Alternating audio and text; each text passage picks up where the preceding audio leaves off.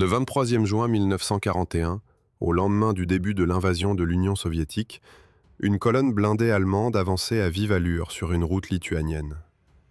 Les équipages, encore persuadés que la campagne serait aussi rapide qu'en Pologne ou en France, roulaient presque en confiance. Mais au détour d'un virage, la guerre changea brutalement de visage. Un bloc d'acier gigantesque se décolla de la poussière de la route, une silhouette totalement inconnue, surmontée d'une tourelle si haute qu'elle semblait défier la gravité. Les Allemands n'eurent même pas le temps d'identifier la forme qu'un rugissement assourdissant déchira l'air.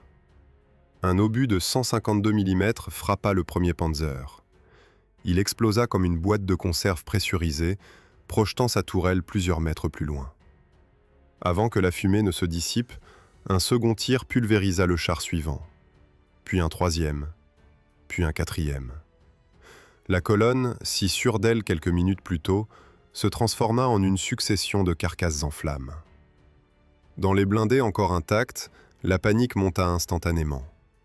Les radios crépitèrent de messages terrifiés. « Un monstre russe bloque la route, nos canons ne lui font rien !»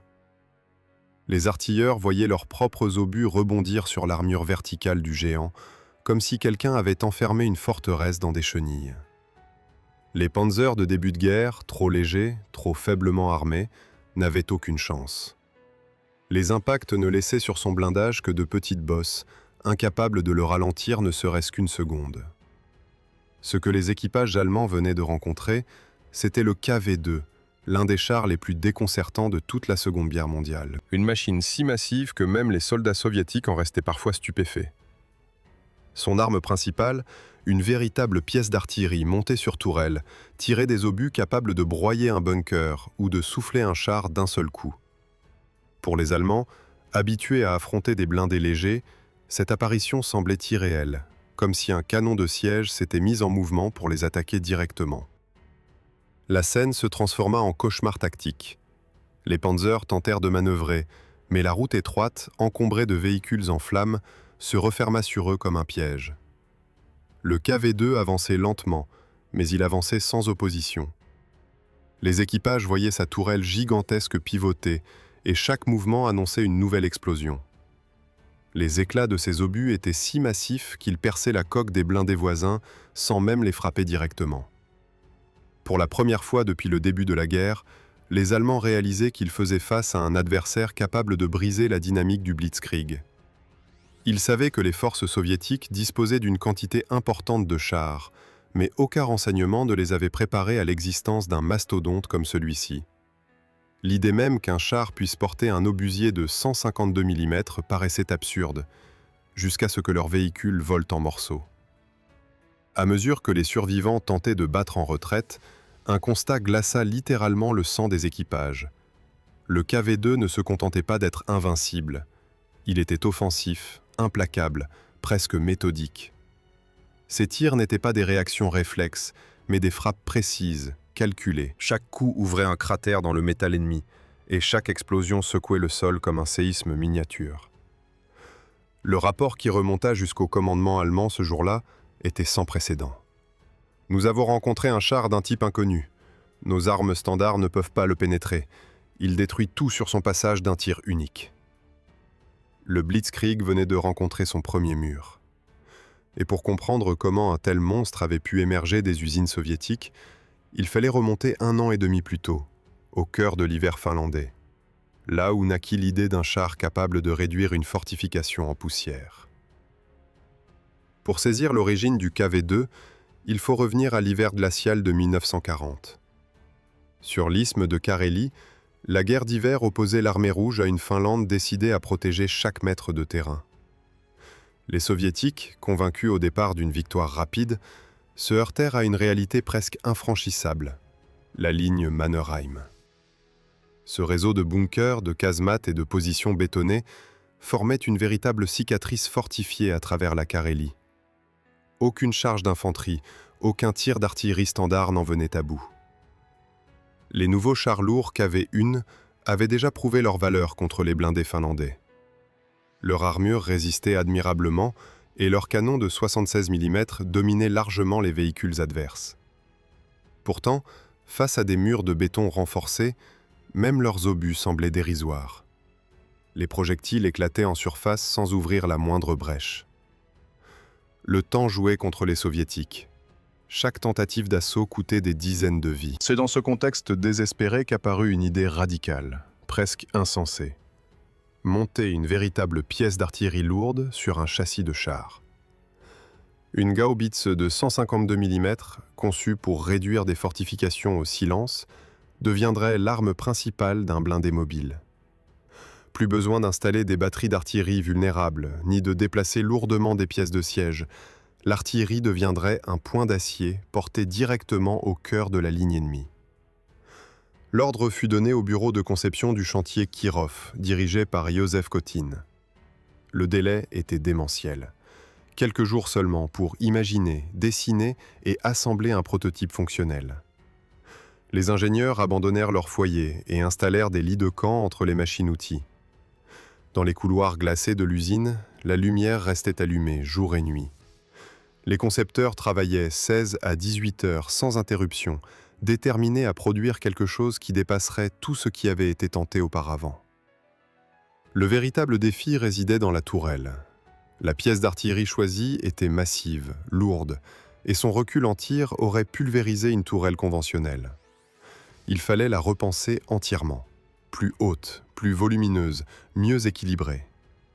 Les ingénieurs calculèrent chaque angle, renforcèrent chaque pivot, et imaginèrent un système de stabilisation qui éviterait à l'obusier de déséquilibrer le char au moment du tir.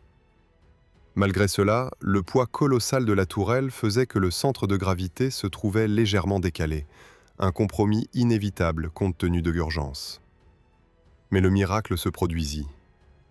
Le 10 février, moins de 3 semaines après le lancement du projet, un prototype gigantesque sortit de l'atelier. Sur le terrain d'essai, les techniciens retinrent leur souffle.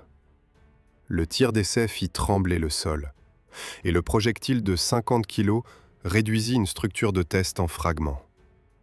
La tourelle avait tenu. Le châssis avait absorbé le choc.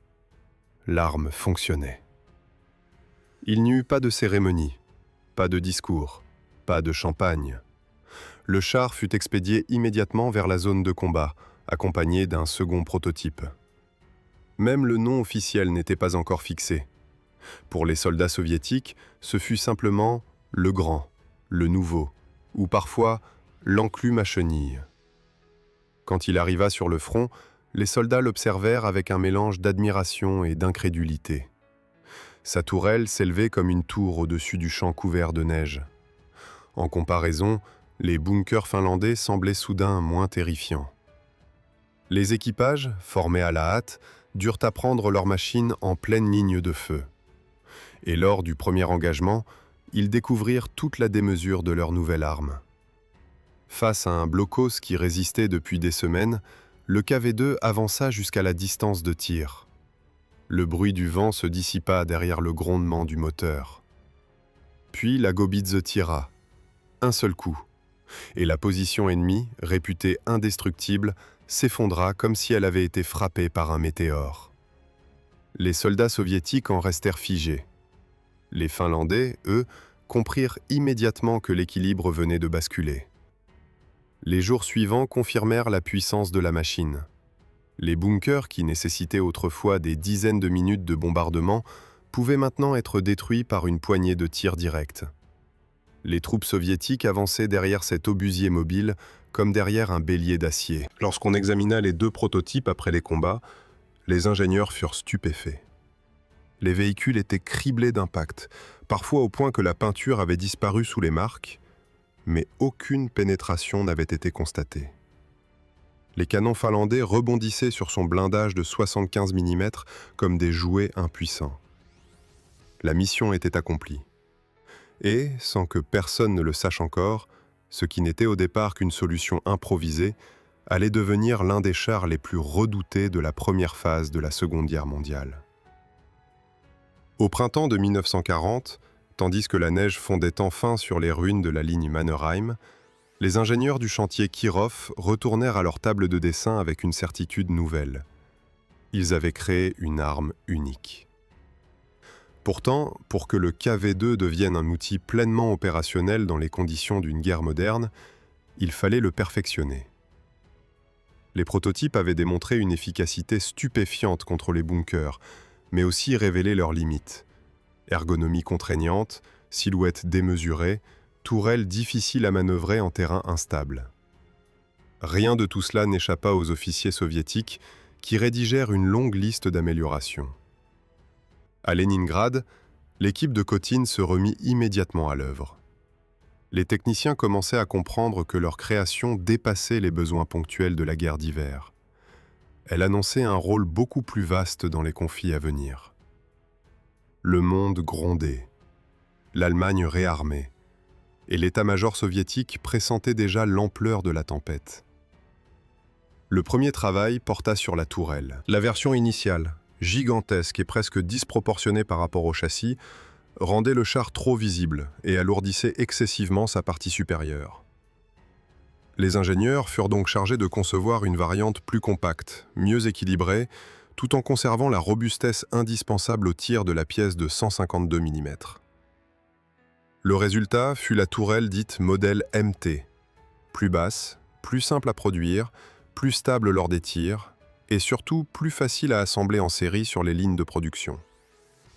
Simultanément, un autre problème devait être résolu, la manutention du canon lui-même.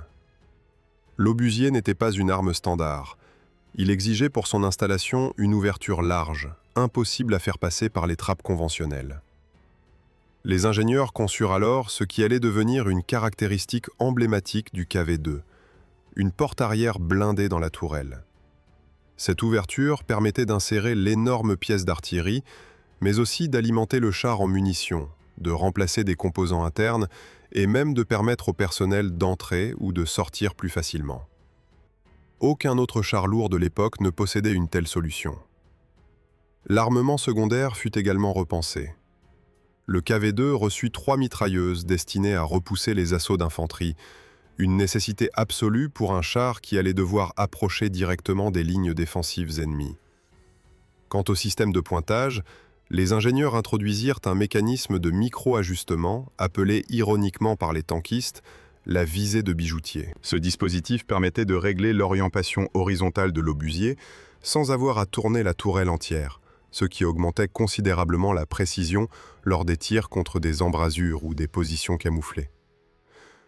Lorsque la version définitive fut enfin prête, l'armée rouge n'hésita pas un instant. En début d'année 1941, le char fut officiellement adopté sous le nom de KV-2. Le chantier Kirov lança immédiatement la production série. Des milliers d'ouvriers, souvent mobilisés depuis les usines civiles, apprirent à assembler ces colosses pièce par pièce, dans des ateliers où le bruit des marteaux rivaux et le sifflement des presses hydrauliques résonnaient jour et nuit. Mais malgré l'enthousiasme, un obstacle se profilait, la complexité extrême de la machine. Le KV-2 n'était pas un char produit en masse à partir d'un modèle simple. Sa conception exigeait des opérations longues, des ajustements manuels, des matériaux robustes difficiles à fabriquer en grande quantité.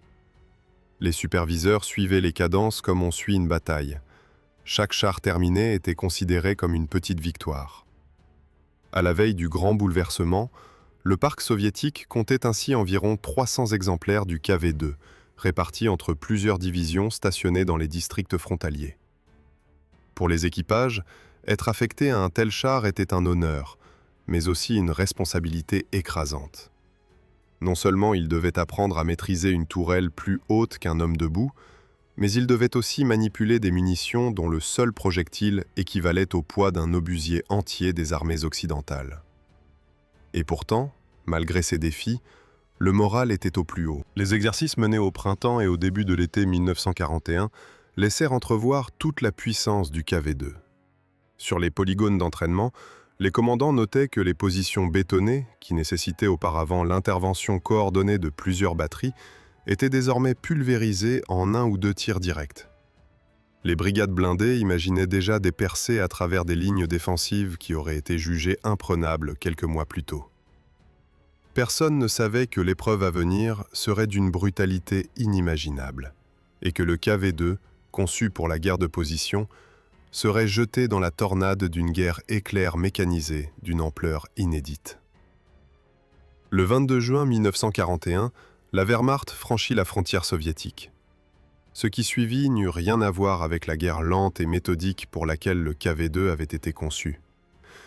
Les armées allemandes avançaient avec une rapidité stupéfiante. Les lignes soviétiques, surprises, se repliaient dans la confusion. Les ravitaillements s'effondraient. Des centaines de chars se retrouvèrent isolés, sans carburant, sans ordre, sans soutien. Pour le KV-2, l'heure de vérité venait de sonner. Lorsque les colonnes blindées allemandes s'enfoncèrent dans les territoires soviétiques, les unités équipées de KV-2 furent prises dans un engrenage qu'aucune doctrine ne leur avait préparé. Ces chars, conçus pour démanteler des fortifications, furent projetés au cœur d'une guerre fulgurante, dominée par des manœuvres rapides, des encerclements massifs et des combats improvisés. La guerre d'attrition, pour laquelle ils excellaient, venait d'être balayée par un cyclone de mobilité. Au matin du 23 juin, une situation unique se produisit près d'une route lituanienne envahie de fumée. Tandis que des colonnes soviétiques se repliaient en désordre, un seul KV-2, isolé après une perte de contact radio, surgit à un carrefour stratégique. L'équipage ne savait presque rien de l'ampleur de l'attaque allemande, mais il voyait clairement la longue file de véhicules ennemis avançant à pleine vitesse. Devant eux, des chars légers Panzer II et Panzer III, suivis de camions de ravitaillement et d'artillerie tractée. Un convoi entier fonçait vers l'est. Le commandant soviétique comprit immédiatement qu'il n'y aurait aucune retraite possible. À défaut de recevoir des instructions, il choisit d'agir selon l'instinct. Tenir le carrefour aussi longtemps que possible et ralentir l'avancée ennemie. Le KV-2 se plaça en travers de la route, comme une porte blindée surgie du sol. Le premier échange fut d'une brutalité inédite. Les chars allemands tentèrent d'ouvrir le feu sans se douter de la faiblesse de leurs canons face à une telle masse d'acier. Les obus de 37 mm ricochaient en sifflant, ne laissant que des éclats de peinture et des marques superficielles. À l'intérieur du char, les membres de l'équipage ressentaient à peine les impacts. Ils se concentraient sur le chargement de l'obus suivant. Chaque projectile du KV-2 exigeait 2 hommes pour être manipulé, et le simple fait de l'insérer dans la culasse relevait d'un geste quasi rituel. Lorsque l'obusier tonna, la route entière sembla trembler. Le Panzer en tête du convoi fut littéralement disloqué. Une boule de feu remplaça le véhicule, projetant des morceaux de blindage dans les fossés. Les véhicules qui suivaient freinèrent brutalement, provoquant une accumulation chaotique de blindés et de camions. L'avancée allemande venait de se figer. Les officiers ennemis, médusés, pensèrent d'abord à une batterie d'artillerie embusquée. L'idée qu'un seul char puisse infliger un tel carnage leur paraissait inconcevable. Ce fut seulement lorsque la tourelle massive se découpa nettement dans la fumée qu'ils comprirent la situation. Un colosse soviétique bloquait la route. Le KV-2 tira de nouveau. Cette fois, l'explosion renversa un camion transportant des munitions, le transformant en une boule de feu qui consuma plusieurs véhicules à proximité. Les soldats allemands étaient forcés de se disperser, cherchant un abri contre cette pluie de métal incandescent. Conscients qu'ils perdaient un temps précieux, les commandants allemands ordonnèrent de concentrer le feu sur les chenilles du char soviétique. Peut-être pourraient-ils l'immobiliser, même s'ils ne pouvaient pas percer son blindage frontal. Mais le KV-2, positionné intelligemment derrière un talus, protégeait en grande partie ses éléments inférieurs. Il continuait de répondre, implacable, chaque tir faisant vibrer la terre comme un coup de tonnerre. Cependant, l'équipage soviétique faisait face à un défi que l'ennemi ignorait, le réapprovisionnement. Leur stock de munitions diminuait rapidement. Les obus explosifs, massifs et extrêmement efficaces, fondaient comme neige au soleil. À chaque tir, ils se rapprochaient du moment où leur puissance colossale deviendrait silencieuse. Mais la mission demeurait, retarder la progression coûte que coûte. Finalement, les Allemands déployèrent une tactique plus audacieuse. Ces derniers ramenèrent en urgence une pièce antiaérienne de 88 mm, la seule arme de leur arsenal capable de menacer le KV-2 à distance raisonnable. Installée à la hâte derrière une haie, la flaque ouvrit le feu avec une précision effrayante. Le premier projectile frappa le blindage frontal et y creusa une fissure profonde. Le second ébranla la tourelle. Le choc secoua tout l'intérieur du char, soulevant une poussière épaisse et étouffante. Les hommes toussèrent, réajustèrent leur position, s'agrippèrent aux parois, mais la détermination ne faiblit pas. La riposte soviétique fut immédiate. Le KV-2 fit pivoter sa tourelle avec lenteur, une lenteur qui contrastait terriblement avec l'urgence du combat, et tira. Le projectile explosa près du canon ennemi, renversant plusieurs servants. La batterie anti-aérienne fut endommagée, mais pas totalement neutralisée. Le duel entre le géant et la Flak 88 devenait un affrontement où chaque seconde comptait. La troisième salve allemande finit par atteindre un point vulnérable. Un obus perforant frappa le mantelet du canon et tordit un mécanisme interne, empêchant la fermeture correcte de la culasse. L'obusier, cœur du char, venait de perdre sa voix. L'équipage comprit que le char n'était plus capable de tirer. Le silence qui suivit fut lourd comme un coup près. Mais le KV-2 n'était pas vaincu pour autant. Tant que le moteur ronflait et que l'acier tenait, les Soviétiques pouvaient encore se battre, ou tenir, ce qui revenait au même dans ce contexte. Le commandant ordonna alors de bloquer complètement la route avec la carcasse de l'énorme char, transformant le géant muet en véritable rempart d'acier. Les Allemands, frustrés, durent faire ce qu'ils détestaient le plus, perdre du temps. Le convoi se retrouva contraint de se déployer sur les chemins forestiers, retardant toute l'offensive régionale pendant des heures. Le KV-2 venait de remporter une victoire stratégique, même réduite au silence. Cette journée devint pour de nombreux soldats allemands un souvenir obsédant. La vision d'une tour de métal surgissant de la poussière, dévorant des chars entiers d'un seul souffle. Et pour le commandement soviétique, ce fut la preuve définitive que, malgré ses limites, le KV-2 pouvait changer à lui seul le cours d'une bataille. Alors que l'été 1941 avançait, les KV-2 survivants continuaient à apparaître sporadiquement sur la ligne de front, surgissant comme des forteresses ambulantes au milieu d'unités soviétiques en déroute. Chaque apparition provoquait un choc parmi les troupes allemandes. Mais derrière cette image de puissance se dissimulait une réalité implacable. La machine, aussi redoutable fût-elle, ne pouvait pas survivre à l'effondrement logistique qui dévorait les armées soviétiques en retraite. Les colonnes motorisées de la Wehrmacht coupaient les routes, encerclaient les divisions entières et privaient les unités lourdes de carburant. Pour un char aussi massif que le KV-2, chaque kilomètre parcouru exigeait une quantité prodigieuse de carburant. Les équipages tentaient de récupérer des barils abandonnés, détournaient des camions-citernes, siphonnaient même des véhicules détruits. Mais l'essence devenait bientôt plus rare que les munitions. Un KV-2 dépourvu de carburant n'était plus une arme. C'était une cage d'acier de 60 tonnes abandonnée sur le bord d'une route. Cette tragédie frappa particulièrement la 41e division mécanisée, qui possédait l'un des plus grands parcs de KV-2. Sur plusieurs dizaines de chars affectés à la division, seuls quelques-uns furent détruits au combat. La majorité fut abandonnée, faute de carburant ou d'ordre. Une situation qui brisait le cœur des équipages. Laisser derrière eux une machine capable d'anéantir n'importe quel blindé ennemi, simplement parce que les réservoirs étaient vides.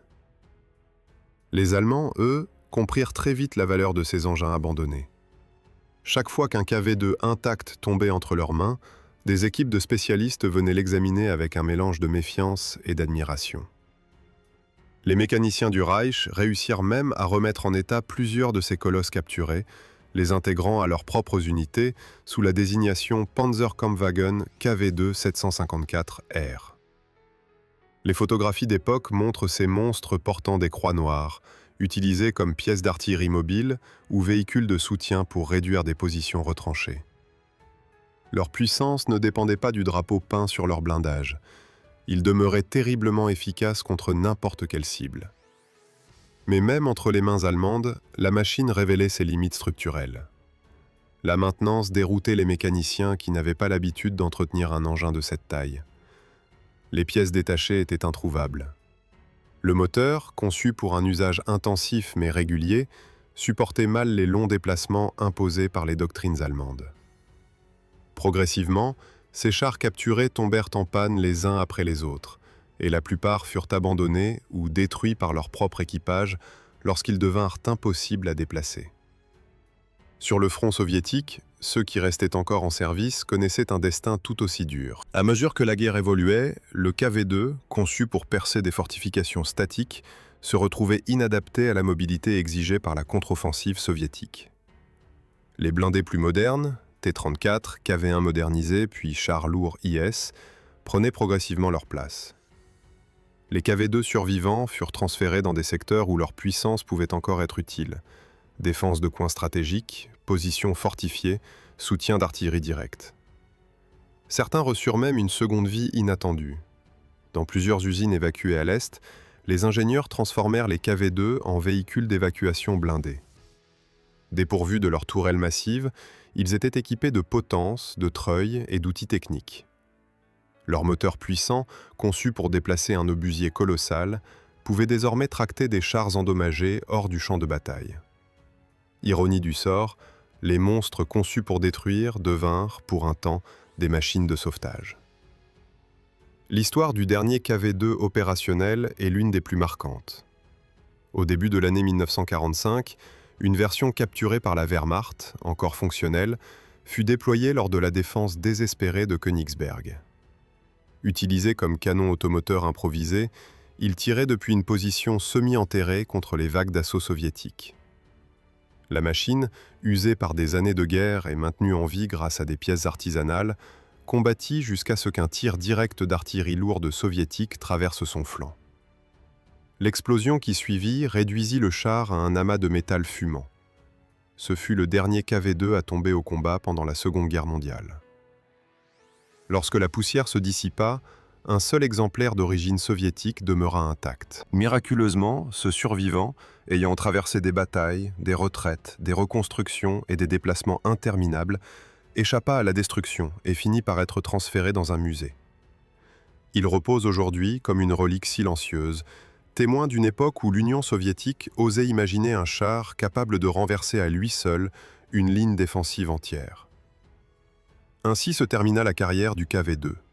Non pas par une défaillance technique, ni par l'ingéniosité d'un adversaire, mais par la violence immense d'une guerre qui dévora tout, carburant, machines et hommes, sans laisser le moindre répit à ceux qui tentaient de lutter. Et pourtant, dans la mémoire des soldats qui croisèrent sa route, un fait demeure indiscutable. Lorsqu'il tirait, il n'existait aucune fortification, aucun char, aucune position capable de lui résister.